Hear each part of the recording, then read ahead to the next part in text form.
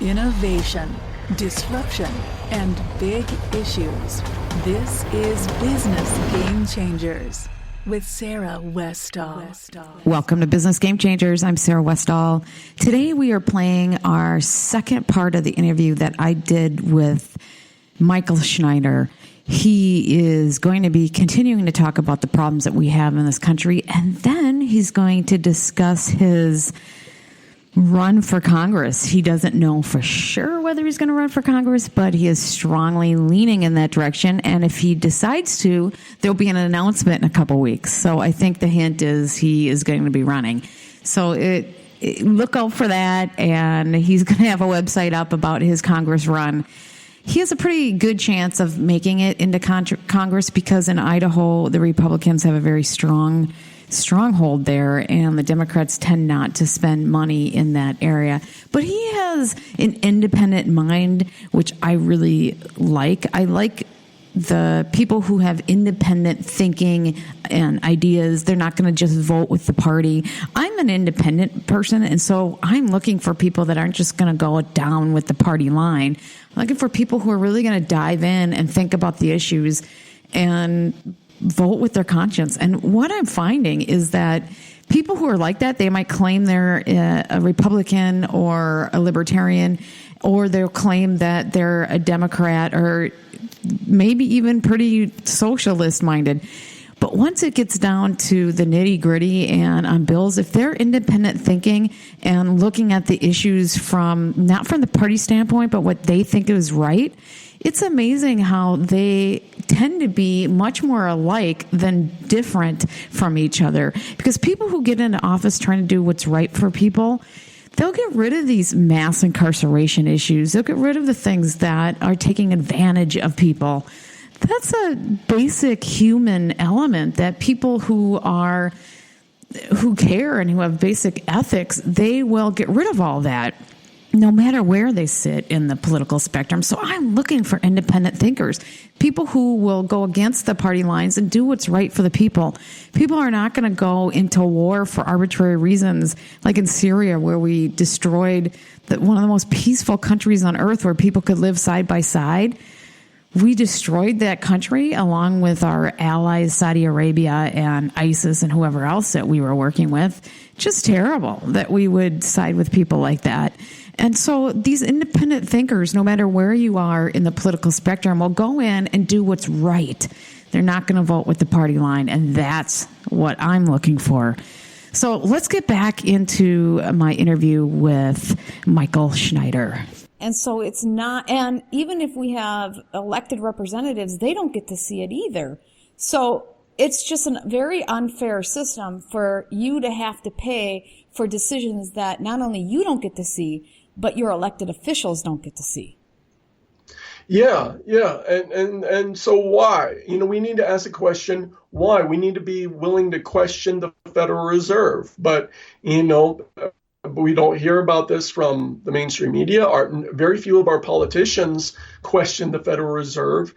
So this needs to become a political issue and part of the political debate. And we need to hear who's pro-Federal Reserve, who's against the Federal Reserve, who wants the system to be changed. Because ultimately, if we lower tax rates a little bit, if we monkey with regulations, if we do all these other things that President Trump wants to talk about, other politicians talk about, it's not going to fundamentally fix our problems, because the heart of our problems, it's the Fed, and it's what the Fed's policies and what's the Fed's been doing and how the Fed operates.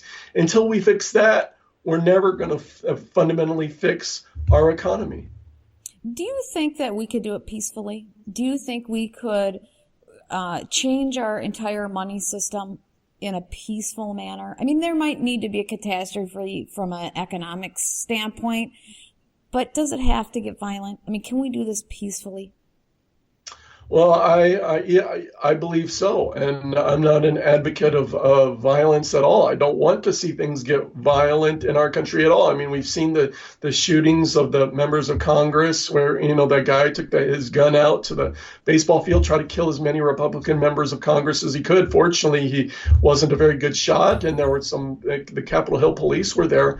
But, our country's already on the verge of some call it civil war, but me, I don't want to see anything of that nature ever happen. I believe that we can change peacefully. And you know what? The election of Donald Trump, whether you're pro-Trump or anti-Trump, whatever you think of Trump, he showed us that, hey, it is possible for someone who's outside the establishment, who the media hates, the establishment hates, to win the presidency. So if he can win the presidency, why can't the rest of us run for other offices and win? He showed us what's possible. And I believe that it would be possible to peacefully not just change the Federal Reserve, but our whole system.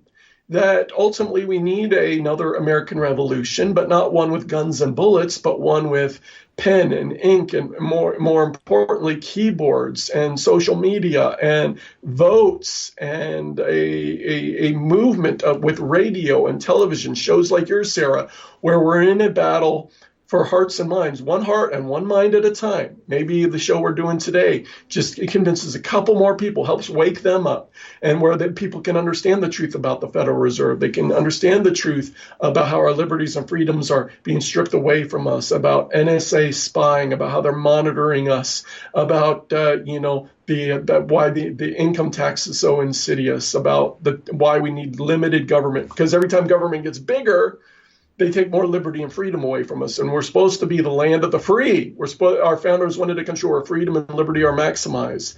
So we're in an information war. And if we can win enough hearts and minds, then we start to, and part of it is, hey, we've been battling this for a while, and Trump becoming president, that wouldn't have been possible 10 years ago. So we're seeing a shift. We're seeing people wake up, and it's what I do every day through my websites, through radio, through television, through all the things, my books, through all the things that we do. We're trying to win hearts and minds. But then ultimately, that's not just enough, but we need to start taking the power structures in our society. I'm talking about the legal system. I'm talking about the education system. I'm talking about media. But then I'm also talking about governmental institutions. So with so much polarization in our country, I would think the media needs to start I think some of the media is incenting violence. Instead of saying, okay, it's okay that we have different ideas and we can debate them, but the whole violence stuff is out of control. Are you seeing that there's some incenting of violence that's going on in our media? Yeah, and it's by top politicians on the left as well, but also CNN, MSNBC, and they're constantly stirring things up, stirring the pot, and using very inflammatory language. And then you got things like this play in New York where you had this character dressed up just like Donald Trump, acting and sounding just like Donald Trump, obviously intended to be Donald Trump, and where he's viciously stabbed with blood going everywhere at the end. And it's Julius Caesar in the assassination of Julius Caesar, but he's wearing this big dark suit with the long red tie and has hair just like Trump. It's intended to be Trump. And these big media outlets, not only are they not condemning it, but then they continue to fund it. They funded the whole operation, many of them, Time Warner and the New York Times and so forth.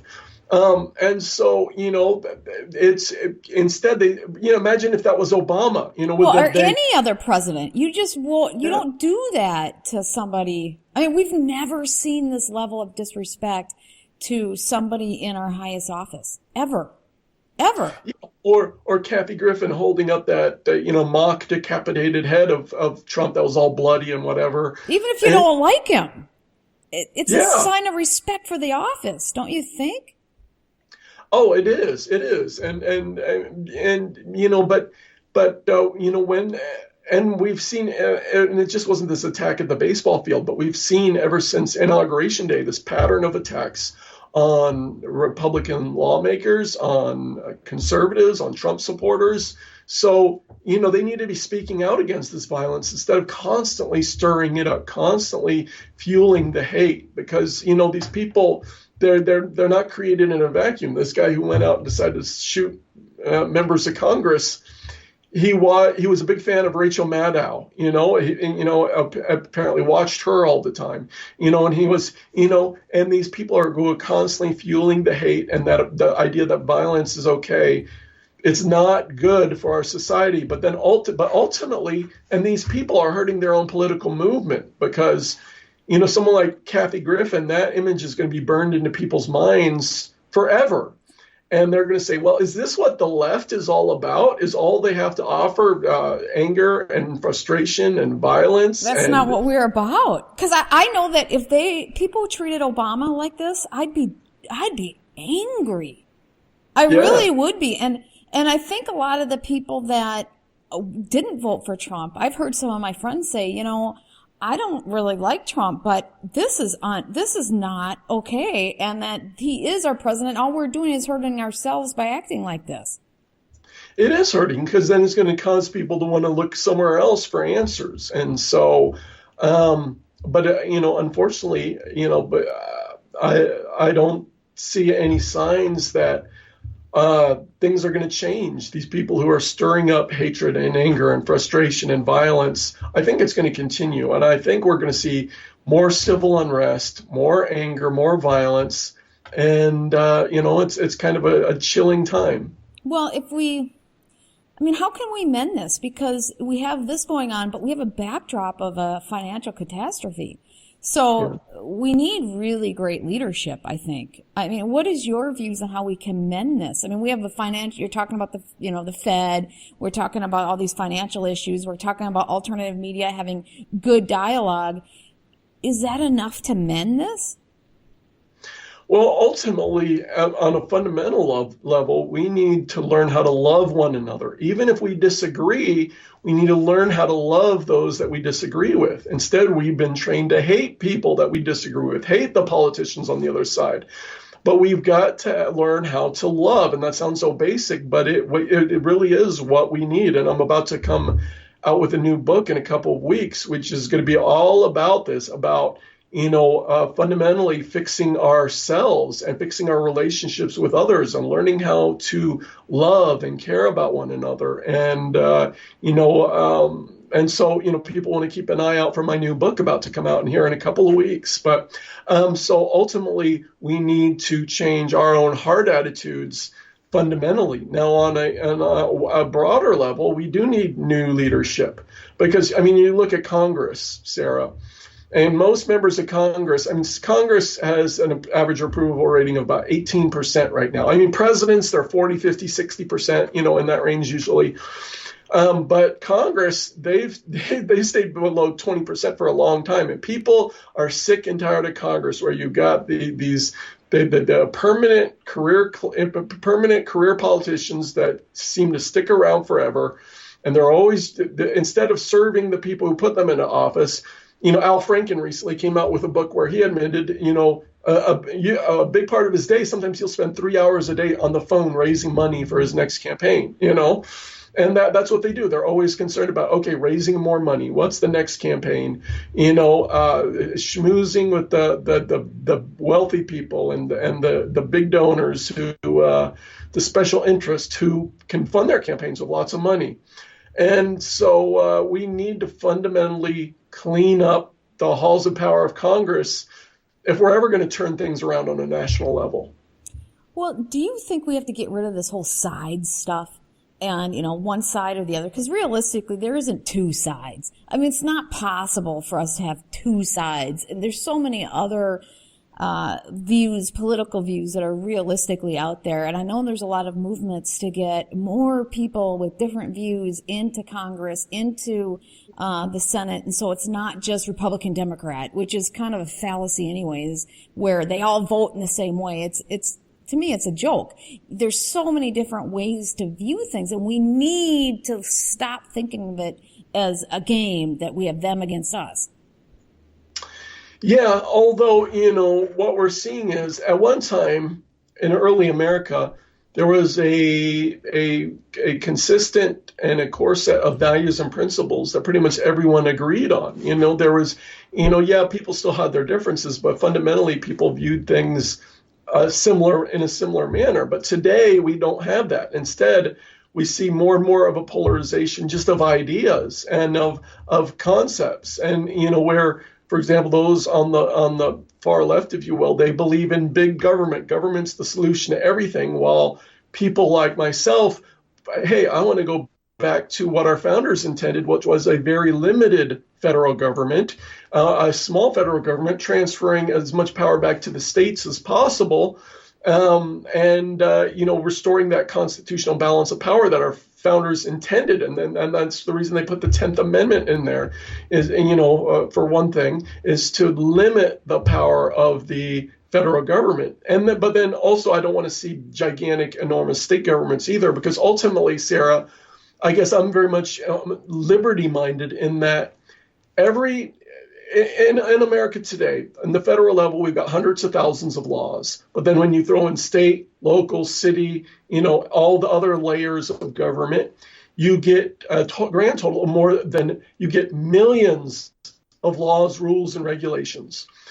And every single law, rule, or regulation restricts our liberty and freedom in some way. It says something we have to do, something we can't do, something, and so we've got these millions of laws, rules, and regulations restricting us and telling us what we have to do, what we can't do. And so that takes away our liberty and freedom. Every time there's a new government agency, every time a new rule or regulation, liberty and freedom are diminished. And so, in my opinion, we've swung the pendulum so far over in one direction. I want to swing it back in the other direction, where liberty and freedom are maximized, and where we try to minimize. I mean, we're always going to need some laws, and in some ways we want our liberties and freedoms to be restricted, and I'll explain this. For example, it's good to have a law that says we can't go around randomly killing one another. We don't want the freedom to just randomly run around and murder one another. So that's a good law, not to murder one another. But we want some laws, but we don't want so much that it just suffocates our liberty and freedom to death. And I believe that's where we're at today, where liberty and freedom are just being completely suffocated, and we need to swing the pendulum way back in the other direction. While those on the far left, they just want to keep making government bigger, more government agencies, more government solutions. And the more they go in that direction, the less liberty and freedom we have. Well, we know that in the corporate world, the more you centralize, the more you take away innovation and motivation, and people become it's a more controlled process. And you do it with processes that are more simple and that you need to have control over. But when you have knowledge workers and you're trying to be creative and innovative and you want people to be self-motivated and entrepreneurial, you have to flatten the organization as much as you can. Otherwise, it doesn't work. And so it's the same in a society. If you're going to control everything, you're going to just drive out motivation and innovation, and all the things that you claim that you want will be driven out, because that's how it works. They know there's been so much studies on this, and we have so many examples through the hundreds of years that we've been studying businesses and organizations. We know how they run. We know that when you centralize, that you create a different environment, and to create people that are self-motivated and creative, you have to push that down, the power structure down, which is how we set up this country. So there are areas where you want that centralized control. But you got to be careful with it. If you do it everywhere, it just drives out that fundamental human desire to be innovative and take the reins yourself. Yeah, I completely agree with you, Sarah. We need government, and government has a role to play. A society without any government, well, then you have anarchy, and that's not what we want. We need government, but government has a role to play. I kind of liken it to like a basketball game where the government plays the role of referee, and you need the lines of the court, you need the rules of the game, you need the referee to enforce the rules. And so you need that structure, and government provides that structure. But I'm sure we've all seen a basketball game or a football game or whatever, where the referees are just blowing a whistle on every play. And it gets to the point where, it's like the game isn't even being played. It's just all about the referees. It's all about the penalties. It's all about the fouls. And it's like the players aren't even playing the game. And that's, really what I think our society is like today, where, and it's just suffocating. I gotta tell you, that you're making me laugh because my son had he's in college now, but he had a soccer game. He played soccer and it was such a fun time. But we had this ref that called so many penalties that nobody knew who the penalty was against. I mean, it got so bad where both coaches were like, okay, this is enough. This is just really dumb. And that was an extreme. I've never seen anything that extreme in my life. But you made me think about that. It was a good memory, by the way, but it was ridiculous.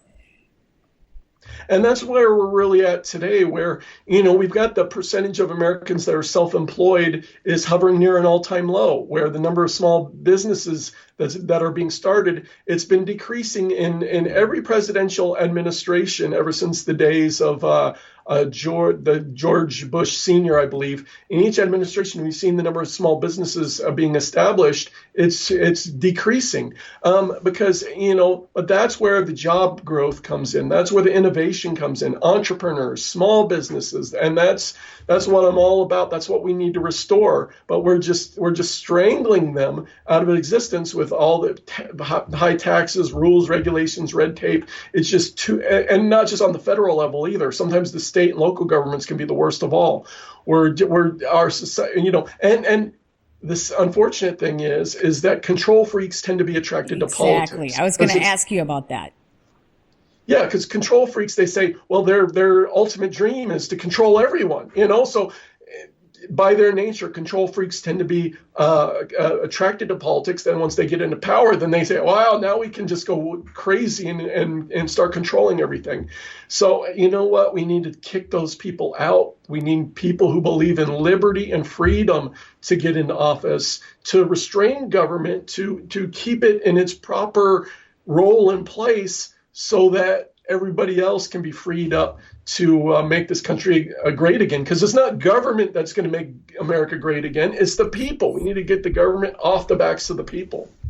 Well, I recently published a book called The Wrong Side of History, which is about the Syrian war and our alliance with some of the most brutal regimes in human history. And that it was based on an interview I did with Senator Richard Black.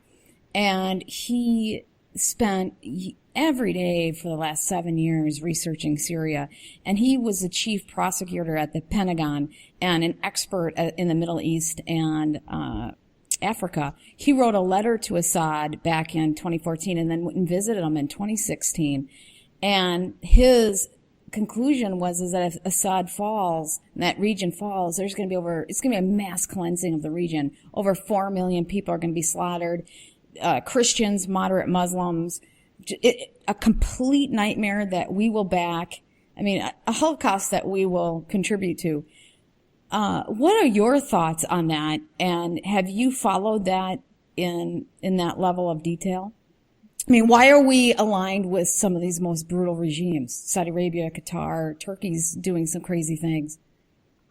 Yeah, well, ultimately, what's going on in Syria is so much about Saudi Arabia and Turkey and Qatar because they wanted Assad out for a long time. And, if you remember back to 2011, it was the whole Arab Spring thing, right? It was, going across the Middle East. And so at that point, they thought, well, hey, this is our opportunity. Let's get rid of Assad. And let's turn Syria into a full-blown Sunni nation, because Syria is somewhere around 70% Sunni anyway, but Assad's not Sunni. And Assad, he's Alawite, but then he's aligned with, the Shiite powers, Iran specifically, and Hezbollah. And they thought, well, let's break up that axis of power and let's turn Sunni into a full-fledged Sunni nation and get them aligned with us, Saudi Arabia and Turkey and so on. And they thought, well, that would just be wonderful. And so, they talked with the Obama administration, specifically for Hillary Clinton. She was Secretary of State at the time, and her team decided, hey, yeah, we're all in favor of this. And so what happened is, money and arms ultimately started going into Syria, and so we started seeing these protests. And the peaceful protests started becoming violent, and the protesters started to be armed and started to get all these arms coming in from somewhere, and of course we know where they were coming from, and and really what happened was the people, and they talk about moderates over there. There's really no moderates, but most of the groups are in some way, shape, or form aligned with either Al Qaeda or ISIS, or at least they're friendly with them. But they're really radical Islamic jihadists of the Sunni variety, and they want to overthrow the Assad government and create their own, basically Sunni paradise over there, which, as you said, would probably be a complete and utter nightmare, cleansing of the Christians. We've already seen all the refugees come pouring out of Syria, but the whole Syria refugee crisis is because of this whole thing, which goes back to 2011, which started the Civil War. It's been raging ever since, about 6 years, and it was going according to plan at first. And Hillary Clinton was thrilled at first, and Saudi Arabia and Turkey, they were so excited because it looked like Assad was going to be overthrown. But never mind all these people being killed. Who cares? We want power, get rid of that access of power, and who cares how many people die in the process? Oh, I know. That's how they think. This is how these people think, these control freaks, these people who want to, in the U.S. at least, that want to dominate the world, move them around like they're chess pieces, not even concerned about all the people that are going to die. But yeah, we've seen all these people die, displaced from their homes, having to refugees. They lived peacefully. It was one of the most peaceful countries on earth before this whole thing started. Yeah, and Christians were free to do their thing. Different religious groups were free to do their thing. No matter how bad you think Assad is, if you don't like them, they still were living side by side peacefully. That's amazing in the Middle East. It really is. And Assad was certainly a bad guy. I don't want to say anything good about Assad, but it's not a case. There's no fundamental national interest for us in Syria. Ultimately, Assad's a bad guy, but the people who want to replace him are probably even worse, maybe much, much worse if ISIS or a group affiliated with them took control. Well, yeah, because he had a peaceful country where people are living side by side. If they take over, now we're talking ethnic cleansing. Yeah. Oh, I completely agree with you, Sarah. And so it's been really bad for the Christians over there, really bad for other minority groups. And so, yeah, we've created this complete and total nightmare. And yet, we are continuing to stick our nose into Syria. We just shot down a Syrian warplane for the first time since the Civil War began, over the weekend. And so that, and Russia says, well, now all U.S. warplanes, we're going to consider them to be targets, any that are flying over Syria. That just came out yesterday. And so there's an escalation, and even though ISIS is they're on their last legs in Syria at this point, because what happened, the Russians came in, Iran and Hezbollah totally turned the tide of the war. The Syrian government started to win, and, ISIS has just been devastated by the Russians in particular. But the U.S., we got to stick our nose in there. We got to be in there bombing and fighting and whatever.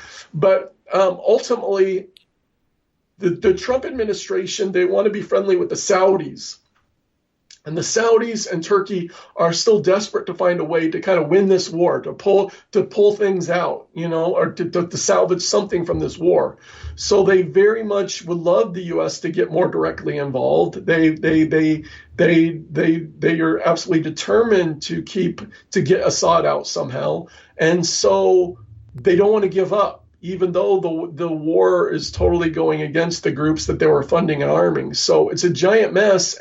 But the U.S., by shooting that, and in addition to shooting down that warplane, the Washington Post said overall there's been 4 incidents of conflict between the U.S. military and the Syrian military within the past month. So and if a conflict erupts, it's not just the United States versus Syria, but we could end up fighting Russia, we could end up fighting Iran, Hezbollah. I mean, it's just such a potential nightmare, but there's no reason for us to be there in the first place. There's no strategic interest. So I just wish we would totally get out of Syria, because we have no business being there.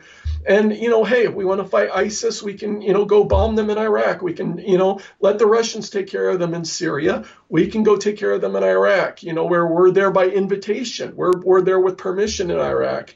But in Syria, no one ever gave us permission to bomb in Syria. No one ever gave us permission to put special forces into Syria. So we're there against the wishes of the Syrian government. I mean, it's such a mess, Sarah. I mean, why would we do that? I know, it just doesn't make sense. And why are we so hell-bent on having this alliance with Saudi Arabia? Is it, why? I mean, is it oil? I mean, is it the petrodollar? I think that's a big part of it because if Saudi Arabia abandoned the petrodollar, I meit they were the big ones that we kind of had to convince to adopt the petrodollar in the first place. And then if they end up abandoning it, that could be really bad for the petrodollar. So it's the oil, it's the petrodollar, and they're the kind of the linchpin to the whole Islamic world, if you will. And so, on that kind of level, it makes sense that we would want to have positive relations with them. But to me, Saudi Arabia is one of the most tyrannical regimes on the entire planet. There's no freedom of speech in Saudi Arabia. There's no freedom of religion at all. There's no freedom for women's rights. And the list goes on and on and on. I mean, other than North Korea, there's not too many governments on the planet worse than Saudi Arabia. And the UN put the Saudi Arabian rep as the head of the Women's Rights Council. What was that? Yeah, that's absolutely insane. But the Saudis are very, very good at playing politics, very good at it. And, and Saudi Arabia is very powerful. But in my opinion, the Saudi Arabia, to me, is one of the biggest problems on the entire planet. So instead, we're aligned with them. We're best buddies with them. But they're a deeply, deeply tyrannical regime. And they fund terrorism, terror groups, radical Islamic groups all over the globe. They've got their fingers in all these pots, all these bad things. I mean, to me, really, like I said, after North Korea, probably what I would say the worst government on the planet would be Saudi Arabia. And maybe some smaller nations would be up there too, but the Saudis are really, really bad guys. Well, why did we do such a huge weapons deal with them, knowing that they're kind of bad guys? I would have voted against it. I would have been completely against it. But, for decades, whether Republican or Democrat, they've always been buddy-buddy with Saudi Arabia, whether it's Bush, whether it's Obama, whether it's Clinton, whoever it is, always buddy-buddy with the Saudis. And Donald Trump has tried, looks like he wants to continue that on. But, yeah, it doesn't make sense at all, Sarah. And we'll talk about in a second that, I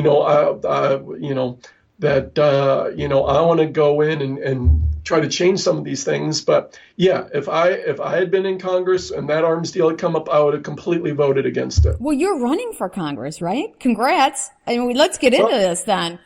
Yes, I haven't officially announced. So what I'm saying right now is that I'm very, very strongly leaning toward. Okay. No official announcement yet. You're really, really thinking about it. Why are you thinking about it? Yeah, well, it wasn't even on my radar, Sarah. It wasn't even on my radar, political things, running for office, any of this. I wasn't even thinking about it. But then a number of weeks ago, I was at my computer researching, because I'm always researching for my articles. And all of a sudden I come across this article about this member of Congress that's going to step down so he can run or not run for his next term so he can run for governor here in Idaho. So I thought, oh, that's interesting. That's where I live. So I'm looking at it. I was like, oh, it's my district. And it's Raul Labrador. He's going to run for governor here in Idaho. And then so I'm reading this article, and it's all of a sudden like this, I'm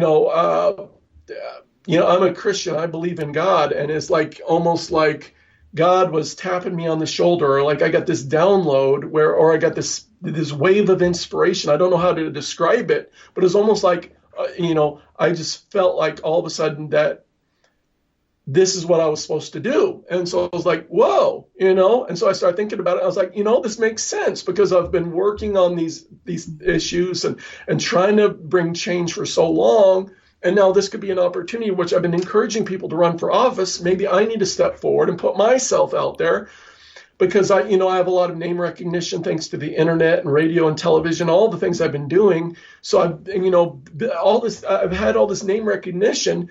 But ultimately, is it just about for me and my wife and our websites and what we're trying to do? Or is ultimately, can we use all this name recognition and all this exposure for something better, to try to do some good?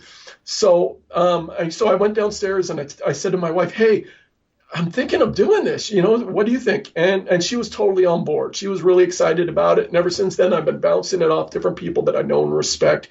And everyone said, hey, yeah, I think that this is a good idea. I think you could do a lot of good. And so right now we're gearing up. We're looking at this, and if it's going to happen, it's going to happen very soon. That I would announce that I'm running for Congress. And let's just say I'm very, very strongly leaning in that direction. But ultimately, it was what I was talking about earlier. We're in a battle for hearts and minds. But ultimately, once we win the hearts and minds, we've got to start taking over the positions of power in our society that make the decisions. Because the people that are in Congress right now, for example, they're not listening to us. The people in the legal system, they're not listening to us. So ultimately, as we wake people up, as we build this army of people that are awake, we need to ultimately start taking over, not just on the federal level, but state legislatures, school boards, local government, and start making better decisions for our society, turning us in a different direction. I think we can do that. Now, some of us will win, some of us will lose. There's no guarantee of success, but of course, there's no guarantee of success in the Revolutionary War either, where who would have ever imagined a ragtag group of rebels could defeat the mighty British Empire, the greatest empire in the entire world? But they did it. They were passionate. They believed in their cause. They believed in liberty and freedom, and they did it. Or who would have ever thought that Donald Trump could have run for president and won? Where you had someone like George Bush. Jeb Bush. The establishment was all behind him. He spent $100 million, but he got trounced by Trump. But initially, no one ever thought Trump had a chance. But you got to step out there, have the courage, because ultimately, Sarah, if all that is necessary for evil to triumph is for good men to do nothing, right? Mm-hmm. Mm-hmm. And so, if we don't do anything, well, evil's gonna win. And the direction, if this country continues on the path that it's currently on, we don't have a future, in my opinion. This country is going to go down, and there's not going to be anything for our children, our grandchildren beyond that. So if we want to turn this country around, we've got to do something, and we've got to be willing to take risks, to put ourselves out there, to say, hey, I'm willing to do this. I'm willing to risk embarrassment and risk losing, risk failure, risk, putting finances out there, risk public ridicule, whatever it is. But you've already risked a lot of this, right? You've already risked a little bit of embarrassment by just doing your radio or doing your public speaking and doing all this stuff. You've gotten yourself out there. Now you're going to take it to another level where you're actually going to run and risk losing and feeling embarrassed. But you shouldn't feel embarrassed just because you run and lose. I mean, right? A lot of people run and then lose and then run again and win. But you're already out there. You're already got yourself out there and, you have to admit this social media, and you must get negative comments on a daily basis like the rest of us. So you've already, you're there. Oh, it's true, Sarah. People have been criticizing me for years, and I've got a thick skin, I can take it. But sometimes in politics, things can get really nasty, and people can go after your wife, your child, and so, I do, I've got a wife, I've got a 2-year-old daughter, And so, people can get really nasty on a personal level in politics. And so it would be a different level I than could see you being treated like Jason Lewis got treated here. I don't, Jason Lewis, he was considered the little mini Trump, supposedly, and I think they're very different, but he was just smeared, and they took a whole bunch of stuff out of context. And actually, I interviewed him right before. He's in my district, and it made me mad because they took it so far out of context to make him look like a bigot and a racist. And when he was meaning the exact opposite, they would take something, and he's like, I didn't even mean it that way. I had him tell people what he meant it by. He won by large margins. That makes people mad because they knew him, because they knew what they were saying about him wasn't true. And whether you believed in his politics or not, that doesn't work. You have to be careful how far you take things out of context and spin things to where people know the person. They know it's not true. Oh yeah, and ultimately, I have very strong opinions. I've been putting out articles for years, which are all over the internet. So, and then it would be easy for people to come along, take something out of context, and say, "Hey, look how terrible this person is." But people who know my heart know that it wouldn't be true. But these kind of things happen in politics, so it's a risk to put yourself out there, and then you put all this time and effort and energy into something, and then if you don't win, it's like you feel like it's for that it went to waste or whatever. But ultimately, for those of us that love liberty and freedom and they're working toward it wouldn't be a waste, because even if we lose, we win, because we're getting the issues out there, we're getting the truth out there, we're proclaiming liberty and freedom and restoring the Constitution and our constitutional values and making America a better place. So ultimately, those of us who have the positive message, if you're someone that all you have is anger and hate and a negative message, and you put all your time and effort into a campaign and you lose, well, it is a waste. But if you've got a positive message, which I do, which those who believe in liberty, freedom do, those of us that are trying to turn America around, that are trying to, we've got a positive message. And ultimately the message is far more important than any one candidate. So if we're all working together to get the message out there to wake people up, we're going to win even if we lose. Well, what do you think of some of the issues that might be affecting, like, the Black community? Because I think they're a ripe community to look at things differently. Just because the Democrats claim they care about them, I don't see that based on where they've come. What do you think of things like mass incarceration? Because that's affecting them in great numbers. There's double digits percentages of people in the black men specifically who are in jail, and every family knows or has a family member who's been in jail. We have a mass incarceration issue when you look at it. We have 5% of the world's population and 25% of the world's prison population. What would you do with something like that? It makes me angry when I dived in. I took a deep dive into that. And we also have 8 to 10 times the rate of children in this country being incarcerated compared to other developed countries. It's completely decimating our communities and our families. Oh, I completely agree with you, Sarah. And you kind of stole my thunder, because that was the exact statistic that I was about to quote, where we've got this, our incarceration rate is the highest in the entire industrialized world. And this, and particularly it hurts disproportionately minority neighborhoods and communities. Hispanics, Latinos, they get, as well, in addition to African Americans. Yeah.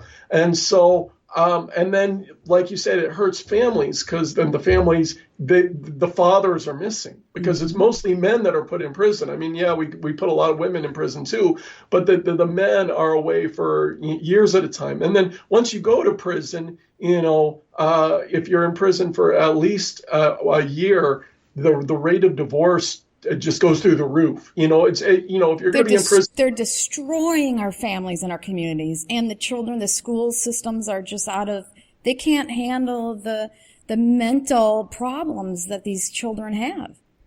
Yeah. So people are nonviolent offenders. I mean, violent offenders are one thing, but people are nonviolent offenders. Let's find some other way for them to contribute back to society, whether it's community service, whatever it is, but to pay for what they've done, but without putting them behind bars, for an extended period of time, ruining marriages, ruining homes. We've got, our prisons are mostly filled with nonviolent offenders. And then it costs so much. It's such a burden on the taxpayers, all these prisons. And then, of course, we got the private prisons, which I'm totally against, too, because that gives an incentive. The people who run the private prisons want prisoners. So then they lobby really hard to, That's not free market, is it? They think that's not what we're talking about when we're saying free market. That is not the same thing. Because while you have private prisons, then you create an incentive to toughen laws to create more prisoners to fill up those prisons. And so, we need to abolish private prisons. That is an area where government has the role. It shouldn't be in the hands of private people, because it just creates an incentive to create more prisoners. But I completely agree with you, Sarah. We need a complete, and this is another area where we need a complete and total reform throughout our society in the way we approach law-breaking, criminal behavior, all of this. Because, if you've got someone who's going around stabbing people, we want to lock them up so they won't keep stabbing people. Or someone who's going around raping people, lock them up so they're not raping people. But nonviolent offenders, hey, let's find another way to work with them so they can, pay for what they've done, but also can contribute to society, be there for their families, and not destroy marriages, not destroy families. I agree with you 100%. And so that's why, once again, we need to take over the power structures, not just on the federal level, but state and local throughout our country, so that we can start to make these changes, because this is one area where we need huge change. Well, and how about the 8 to 10 times incarceration rate for children? How did we get to that point where we're locking up children at that much higher of a rate than other developed countries? I mean, what's going on?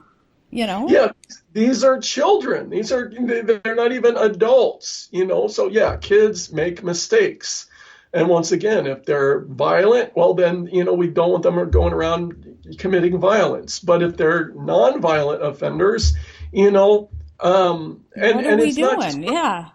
It's crazy. And it's not just putting them in prison, but our public schools have become almost like prison camps, where if a child acts up in class, sometimes you have the police coming in, dragging them out of the school in tears. And I've written articles about this in the past, just listing all these ridiculous things that children are getting arrested for in school. That would have been unthinkable when I was growing up. I mean, can we not handle our discipline problems? Yeah, if it's a violent issue with guns or knives or something, that's one thing. But if it's just, nonviolent behavior, if it's just putting gum on desks, or some of the things that our kids are being arrested for are absolutely ridiculous. So we need a total cultural change, where we need to get away from this police state mentality. Sarah, is one of my pet peeves, this police state mentality, which is just permeating throughout our society.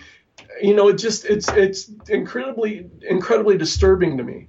Well, I remember when we were growing up, and two boys and we see girls fighting too, they would get into fights, and the larger male teachers would come in and just take over and shove them aside and put them in their place, and, they may be expelled or whatever, but they didn't need, if they have guns or something like that, that's a different deal. If it escalates out of control. But in general, they just come down and they take control of it. And I think right now these teachers don't feel that they have that ability, because it's just is different than it used to be, They would just take control. Yeah, well, and these days teachers are scared to death to discipline at all, because they'll get hit with lawsuits. We're in such a politically correct environment, and so they almost feel like they have to call in the law enforcement to handle it, because they don't have they don't feel like they can handle it themselves. So that's a whole nother side of the issue. Yeah, so what are other things are you going to be focusing on when you win and get into Congress and you run? What will you be focusing? What about our healthcare mess? What do you think of this thing?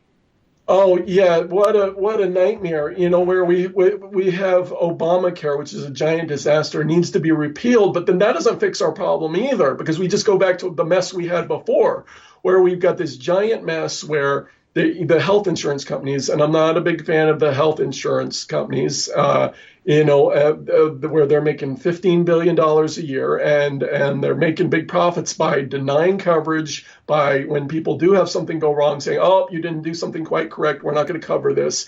We've got a huge problem with the health insurance companies. We've got a huge problem with doctors being sued, these lawsuits which get out of control. And what happens is, yeah, if someone has something go wrong, they need to be compensated, but they don't need $50 million. What happens is we end up paying with it because malpractice rates end up going through the ceiling. That's a huge expense on doctors, on hospitals, whatever, and they have to pass that along to us, higher cost in the system. So, we need legal reform, which neither the Republicans or Democrats want to touch because lawyers contribute so much to their campaigns. So, that's a major problem there. But then it just goes on and on and on. But ultimately, our healthcare system is a giant mess. And what we need is a system. We never want a mandate where we're telling people you have to buy health insurance. I'm totally against that. But we want a system where everyone that wants coverage can get coverage, and they can get it much cheaper than it is today. Of course, Obamacare, what has Obamacare done? Raised rates dramatically through the roof. So yeah, we got to fix healthcare. Another thing that I'm big on is all this NSA surveillance and spying. Just drives me up a wall where they gather all of our phone calls, all of our emails. This conversation right now is going to be on permanent record, everything at this giant data center out in Utah, where they literally just like a giant vacuum cleaner collect everything, and then if they ever need it, if they're ever investigating you or me, then they can pull up and say, hey, and use it as evidence. This unconstitutional surveillance, spying, the NDAA. We've got, at the airports, with the TSA, this whole police state, I want to fight back against that with everything I've got. That's a big thing for me. And other things, and in so many ways, I'm going to continue on the same fight for liberty and freedom as Ron Paul and Rand Paul, and kind of in that mold where I want to abolish the income tax. I want to abolish the IRS. I want to fight for the Second Amendment. I want to abolish the BATFE. They've got a lot of letters in that one, but it used to be the BATF. But in my opinion, they've been one of the worst abusers of power that we've seen. I want to fight for health freedom, where parents should not have to be forced to vaccinate their children with all these dozens of vaccines, which are potentially very dangerous and leading to major health problems. Promoting natural cures and remedies. Giving parents control over their the health decisions of their own children. And then of course CPS is out of control all over the country, snatching and grabbing children out of homes, away from good families. For the most ridiculous reasons you can imagine. But, getting the government off of our backs in all of these ways, reducing taxes as far as possible, eventually abolishing the income tax, abolishing the IRS, going to limited government, maximizing liberty and freedom, and I could go on and on all day, Sarah, because, I'm passionate about these issues. I'm passionate about these things. I'm passionate about liberty and freedom. This is supposed to be a country, the land of the free. I want to restore that. I want to restore our constitutional republic, which has been transformed into this giant monstrosity dominated by the big donors, the special interests, the Congress critters that are only concerned about their next election. Washington, D.C. has become a cesspool of filth and corruption. And, in my opinion, it's time to, and this may sound a little crude, but to flush the toilet. We need to clean things up in Washington. Well, and have people with good intentions. Because I don't care. People are going to have different value systems, different things that they're going to be, I don't know about value systems, but different opinions on how to deal with things. But if you have good intentions, then we're going to be okay. We're going to be okay. And we can go a long way toward that by instituting term limits, Because right now we've got these career politicians. Some of them have stayed in there for decades. You got like Nancy Pelosi and John McCain, which they're showing signs that they're mentally going downhill. But because the system and the political machines they built, where they can raise all this money, they can pretty much stay in there forever if they want. But we don't need a permanent ruling class of career politicians. So I'm in favor of term limits. And I would go all the way, Sarah, where I would love to see the day when we limit all members of the House, all members of the Senate to one term. That way, no one's worried about raising money for your next election because there's no next election. Instead, you go to Washington to do your job, then you hand the baton to the next person. And we constantly have a new influx of new ideas, new insights, there would constantly be a fresh inflow of innovation and of people with fresh ways of looking at things. So I think, so the control freaks that want a career in politics, that want to stay there forever and make it a career and just buddy up with the special interests, well, they would no longer have an incentive to serve. Instead, it would be, it would start attracting citizen legislators, citizen servants that want to go in and actually serve the people, and much more kind of, I think, what our founders originally intended. So where can people learn more about you? You have 3 different blogs, and are there other areas okay, first of all, what are your 3 blogs? What do you do in each one? And then where else can people learn and see more about you? Yeah, the website I'm primarily known for is the economiccollapseblog.com, or if you just type the economic collapse into Google, it's the first result that comes up. That's mostly focused on our financial problems, the economic things we were talking about today. People can also find my writing on endoftheamericandream.com and the most important news.com. A lot of people don't know about that one, but you can find all my articles gathered in a single place on there. And then on all the websites, you'll find banners, which will take you to Amazon, where you can find my books. I've got 3 books out now and a new book coming out in just a couple of weeks. And then, like we've been talking about, my campaigns. What's the new book? Because I can put it up here. Yeah, I'm not ready to release the title. Okay. Still working on it. Yeah, but just in a couple weeks it'll be out, so people want to watch for that. And then people also want to watch in just potentially a couple weeks, the launch potentially, I got to say potentially, of my campaign. And people want to look for Michael Snyder for Congress. And there'll be a campaigning website, potentially. I got to keep saying that. But keep your eyes open, and you'll see I'm going to run a campaign that's very, very different from your typical politician. So keep your eyes open for that. And if you live in Idaho, if you live in the 1st district here, which is all the western counties from the top of the state to the bottom of the state, if you're listening today and you want to get involved, you want to help out, you want to whatever it is, but you're excited about my campaign, feel free to reach out to me by email, the economiccollapseblog@hotmail.com, or just wait till the website goes up and you can contact us through there.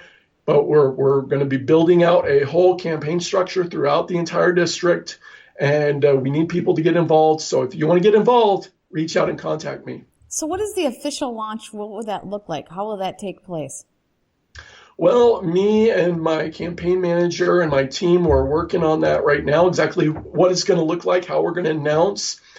But we're going to be, as soon as we launch, we're going to be on lots of radio, television. We're going to see it on the websites that I have. You're going to see it on my Facebook account, both my personal one and my Facebook page. If I run, which I'm very strongly leaning in the direction, it will become my official campaign page. And so you're going to see it everywhere. But exactly how we're going to announce, we're still kind of strategizing on that. Well, we're going to have you back then. Once the whole political season heats up, we'll get you back. That sounds like a great plan, Sarah. I'd love to come back. I'm going to be looking to do as many interviews as possible to get the message out, because ultimately I believe that I have a message that no one else is going to be able to compete with the message. So we just need to get the message out there so people can hear it.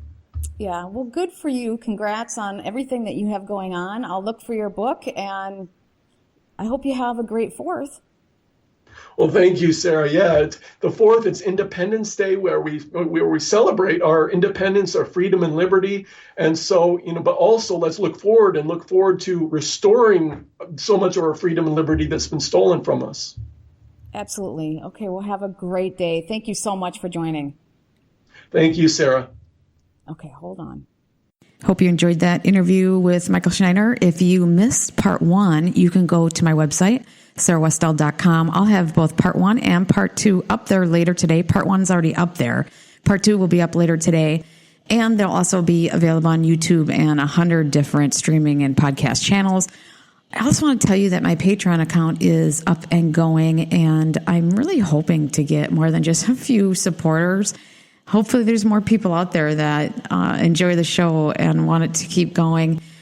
I started off at $1 for tier 1. So $1 a month, you'll get my first 2 ebooks for free and access to exclusive content. One thing I'm doing now is on my Patreon account, I am going to list upcoming people that I have booked for interviews. So you'll see what the show is going to entail as we go along. Right now it's available to the public, but pretty soon I'm going to shut that off, and it's only going to be available for people who are supporters of my channel.